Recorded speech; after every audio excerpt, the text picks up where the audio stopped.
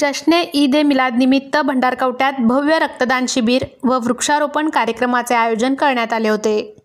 यावेळी 52 रक्तदात्यांनी रक्तदान करून शिबिर यशस्वी केले। या कार्यक्रमाचे उद्घाटन गावचे सरपंच भीमाशंकर बबलेश्वर यांच्या हस्ते करण्यात आला। सोलापूर जिल्हा भाजपा चिटणीस यतीन शहा यांच्या हस्ते गरीब होतकरू विद्यार्थ्यांना वह्या वाटप करण्यात आले।